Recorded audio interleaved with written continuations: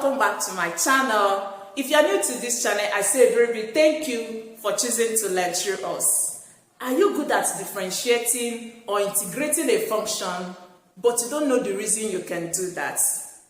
That is what we have come to discuss today. But let me give you a tip. You can only integrate or differentiate a function if such a function is continuous. But the question is, how do I identify or know when a function is continuous? That means you have to stay actively because you're going to learn something new in today's tutorial. But remember, if you are new to this channel, don't forget to support us by subscribing to us. Let's know how you feel about what we are going to discuss today in the comment section. Like us and share with your friends and family. Now, if you're ready for today's tutorial, let's work it out on the board. Now, before we answer this question, what do we mean by continuity of a function? In our last tutorial, we looked at limits. We talked about the rules guiding limits. We looked at how to evaluate limits by direct substitution, by factoring. We looked at how to use L'Hopital's rule, how to evaluate limits with complex fractions, and how to conjugate limits. Now, what do we mean by continuity of a function? We say that a function is continuous if you can draw such function without lifting your pen or pencil. That is just the simple way of defining it. When you can draw such function without lifting your pen or pencil, meaning that such a function should not have holes or jumps. Mark the word holes or jumps. Look at what we mean by that. Look at these functions. These functions are continuous. Let's first of all look at continuous functions. It will help us to understand those ones that are not continuous. Okay? So continuous functions, I can have this as a function, and this is a straight line function. Okay? This one is a straight line. This is a continuous function. You can also have another function like this. I can have a curve. Okay, this one is a quadratic function. I can also have another function in this form. This is a cubic function. Okay, there are a lot of functions. Okay, but what do you notice in this function? You will notice that in representing any of these functions, you did not see a hole. Neither did you see jumps. The function is continuing. I didn't stop at any point. Likewise, this, it continues and it will keep going up, and this will keep going up. This will keep dropping down or keep going up. This will keep going up, and this can keep dropping down. So we say that all these functions are continuous. Note it. Now, how do we know the ones that are discontinuous? Because when it is not continuous, it means it is discontinuous. Remember, we are still going to know what makes these functions to be continuous. Okay? So, let's look at those functions that are not continuous. So, we are going to have, let's use diagram to represent. So, let's put the word this. So, we are going to have discontinuous functions. If I have this, the first one, this is my line, this is a straight line, and at a particular point in this line, you will notice if I decide to clean off this point so that there will be a hole. I hope you can see what I'm showing you. There is a hole here, and let's say that this is happening at a particular, remember this is x value and this is y value. So this is happening at a particular point on this x, maybe point A. Okay? Let's take another function represented or drawn. We can have another one like this. If at a particular point on this function, let's say at this point, there's another hole. This is another one. Then we can also have something like this. You see hole? This one is jumping, okay? And so many of them.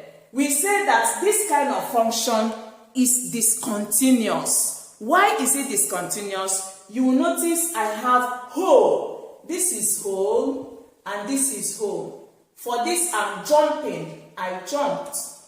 So when a function has holes or jumps, in the course of drawing it, you see, if I'm drawing this now, watch this. If I'm drawing this now, at this point, I will have to lift my pen and then continue it here. So you see, I'm jumping. So when you have such a function is discontinuous. But that is not where it ends. The question is, how do I now know which function is continuous? Is there a statement that will guide me? Yes. And let's look at that statement. And that takes us to, for a function to be continuous, it means that the limit of that function at a particular point x should be equal to that function when you put in the value of that x into the function. Three things are shown here. The first one is that, 1, the limit of such function, let's put it here, limit of such function as x approaches a must be defined or must exist. Let's use the word exist. Okay, that's the first condition. The second condition for a function to be continuous is that the function of that particular function at a particular point should also what? Be defined or exist. Now, if these two things happen, then we can say that if the limit of such function is equal to, when I put in the value of that x into the function, what I have here is the same with what I have in the right side. Then these three conditions, if they are satisfied, it means that such a function is continuous. But in a case where what you have at the left side is not the same with what you are having at the right side, such a function is not continuous. Remember, a limit means, for existence of a limit is said to exist if the left side of the limit and the right side of the limit are equal. We said that such limit does what? Exist. Now that you understood all this, okay, can we now answer this question? Yes, we can answer it. Now let's go into answering it properly. Okay, so we have, if f of x is given as this, the first question says, does f of negative 1 exist? It's very simple, okay? So we're going to have here, f of x is given as 5x squared plus 4x minus 8. F of 1 means, if I want to get f of negative 1, it means here that my x becomes negative 1. So x will be equal to negative 1. Meaning that I'm going to put in the value of x as negative 1 into this particular function and simplify. So let's do that together. This will give us 5 into, our x is negative 1. So I'll have negative 1 squared. Okay. Then plus 4 into x still remains negative 1, then minus 8. Let's take it again. Remember, this is the one we are answering. We want to know if the function exists at x, f of negative 1. So you just plug in the value of x at this one, negative 1, into the function. So that's what we're doing. So in that case, we're going to have, this will give us, remember, x is negative 1, so put in negative 1 into this. So we have this. And this will give us 5 into negative 1 squared means negative 1 multiplies negative 1. Okay? And that will give us positive 1 plus 4 into negative 1 minus 8. So let's simplify to have 5 multiplies. You know, if you are removing the brackets, it becomes multiplication according to your algebra. So 5 multiplies 1 is 5. 4 multiplies negative 1, this was negative 4. Then you have negative 8.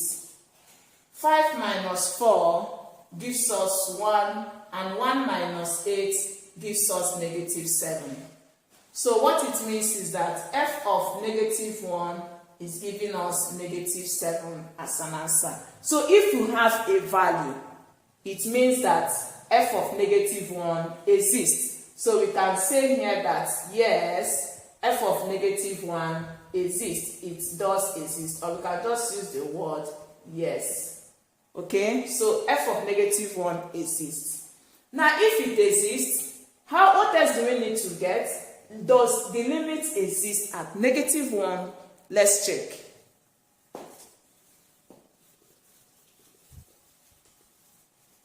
Okay, so we're going to have, remember for this we got negative 7 as an answer.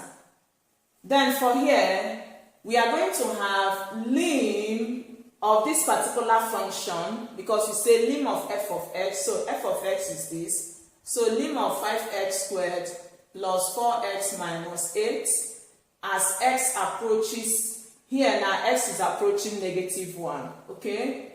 So remember in limit, like we did in our last tutorial, there are so many rules, there are so many methods you can use in evaluating limits, okay? But in this one, we are going to use the simplest rule or the simplest method, which is your direct substitution.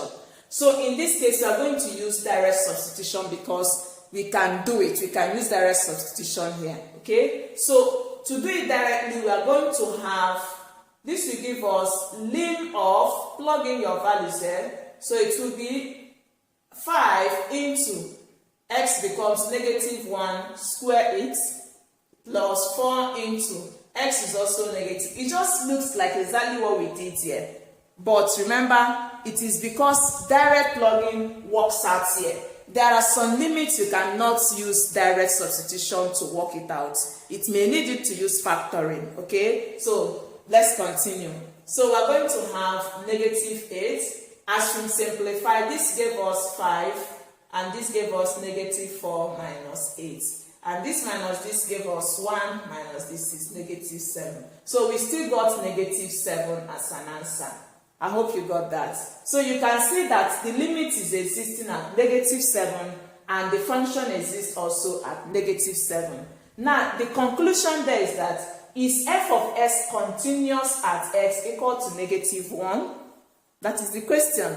So but remember that in definition of continuity, that these both sides will be equal. So if these both sides are equal, we say that such a function is continuous. So for the third one, the first one gave us negative 7. The second one also gave us negative 7. So you can see that negative 7 is equal to negative 7. So we can conclude that yes, f of x is continuous at x equal to negative 1. If you choose to represent this graphically, just let's sketch it. Look at what the curve looks like. This will give us, if we are sketching it, you are going to have something like this. The curve looks this way. Okay, so this is that curve of this particular function. So you see the curve is continuous. There is no break.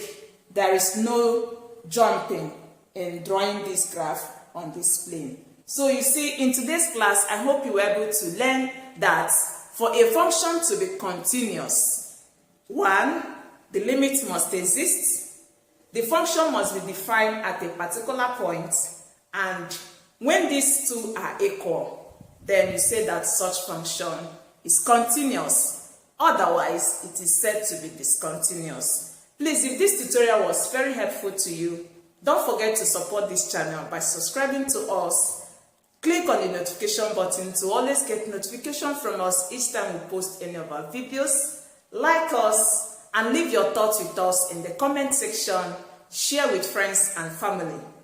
Till meet another time. Remember, in our next tutorial, we're going to look at how to get whether a function is continuous or discontinuous for a particular question. Till then, bye-bye.